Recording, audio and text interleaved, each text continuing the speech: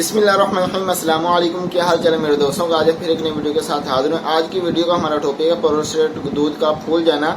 तो आजकल के टाइम में ये मर्ज बहुत ज़्यादा है। उम्र के तकाजे की वजह से आजकल के टाइम में ये मर्ज बहुत मर्दों में ये पाई जा रही है, जिसमें होता ये है कि ये प्रोस्टेट दूध जब फूल जाते हैं तो पेशाब बहुत हल्का हल्का सा आता है या कतरा कतरा करके आता है और हर टाइम पेशाब की हाजत रहती है और काफ़ी तकलीफ दह ये मामला होता है। एक तो उम्र का तकाजा होता है और एक ये मर्ज बहुत परेशान करती है मर्दों को। तो इसका एक बेहतरीन सा इलाज आप दोस्तों के सामने लेके हाजिर हुए हैं। मुकम्मल इलाज होगा। तो कुछ लोग इससे जान छुड़ाने के लिए आसान सा हल ये निकालते हैं कि ऑपरेशन करवा लेते हैं, जिसमें होता ये है कि मेरे देखने में ये 80 से 85% जो लोग हैं जो इसका ऑपरेशन करवाते हैं वो बाद में कैंसर लाजमी बनता है।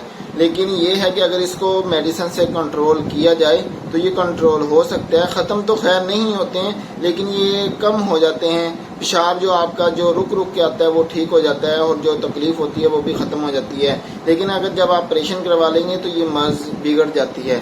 तो आज का बेहतरीन सा इलाज आप दोस्तों के सामने रखेंगे। इलाज की तरफ आने से पहले हमारी छोटी सी रिक्वेस्ट होती है कि अगर आपने हमारा चैनल सब्सक्राइब नहीं किया तो चैनल को सब्सक्राइब कर लें और बेल आइकन का जो बटन है उस पर क्लिक कर लें। उसका फ़ायदा ये होगा कि जो हमारी नई आने वाली वीडियो है वो आप तक टाइम पर पहुंच सके। तो अगर कोई ज़्यादा मरीज़ इस हवाले से परेशान है तो हमारे साथ फ्री में राब्ता करके फ्री में मशवरा कर सकते हैं। तो बेहतरीन सी दवाई भी उसको और बेहतर उसकी मर्ज़ के हवाले से अगर कोई और हुई तो वो भी उसको बता दी जाएगी। तो नंबर नीचे शो हो रहा है, इस पर आप व्हाट्सएप राब्ता कर सकते हैं।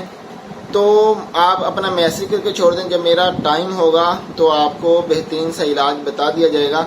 तो आज का भी जो इलाज है वो बेहतरीन है। उसमें ये है कि एक तो पहले कहवा है कि जो आपने दिन में एक टाइम इस्तेमाल करना है। वो कहवा ये है कि आपने छोटा सा प्याज लेना है, उसके 3 से 4 टुकड़े करने हैं और ये इस्तेमाल आपने करना है दोपहर में।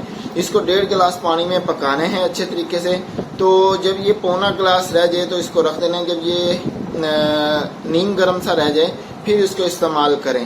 तो फिर आपने ये तकरीबन 1 से 1.5 हफ्ता इस्तेमाल करें तो इंशाल्लाह आपका जो मसला है ना पेशाब का ये ठीक हो जाएगा। उसके साथ साथ एक नुस्खा है, उससे भी आपके ये जो प्रोस्टेट दूध जो फूल चुके हैं ये ठीक हो सकते हैं।